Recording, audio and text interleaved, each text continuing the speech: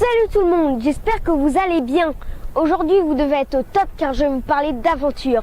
Vous allez transpirer.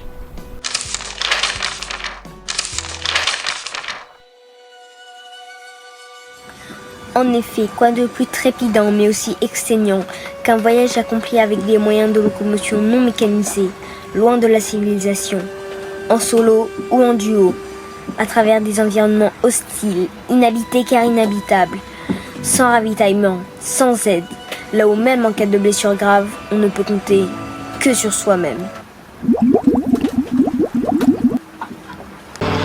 Des hommes qualifiés de fous par certains ont réussi ce voyage que l'on nomme aventure.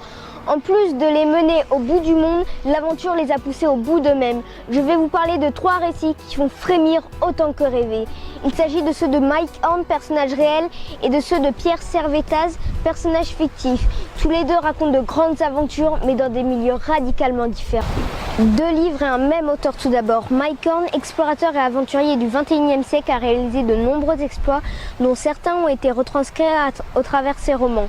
Parmi eux, Vouloir toucher les étoiles, Aventurier de l'extrême, Libre, L'Antarctique, le rêve d'une vie, et 2 dont je vais vous parler, Latitude 0 et Objectif pôle Nord de nuit.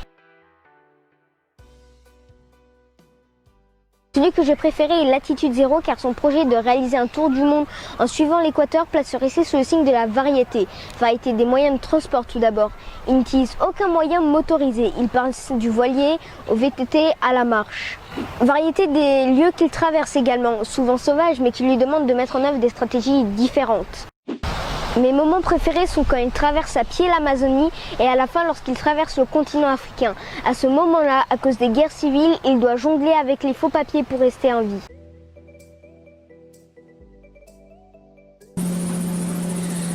Le 2e roman de Mike Horn, Objectif pôle Nord de nuit, est très captivant par le milieu hostile dans lequel se déroule la banquise. Le paysage est toujours le même, mais le récit est dynamique et plein d'action. Pas de doute, cet auteur a vraiment su me faire vivre la grande aventure à ses côtés là encore.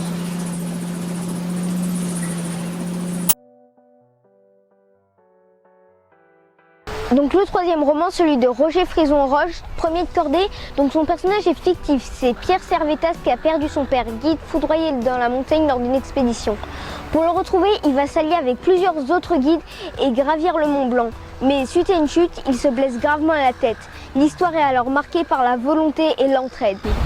Ce que j'ai aimé dans ce livre, c'est qu'il y a de l'émotion. J'ai même éprouvé de la compassion à certains moments, même en sachant que Pierre n'existe pas. Il est vraiment attachant par son courage et on partage ses victoires avec bonheur. Tu vois, c'est ça que je trouve dingue avec les livres. Même quand c'est fictif, tu te prends au jeu, tu as peur avec eux, tu trembles et tu espères. Et puis quand c'est fini, tu fermes le livre et tu vas prendre un petit goûter.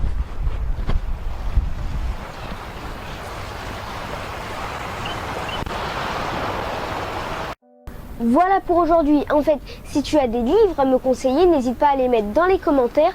J'en lis plusieurs par jour quand j'ai le temps, alors si je trouve d'autres livres pour les croiser, je ferai une vidéo. Et là, il faudra que tu sois au rendez-vous.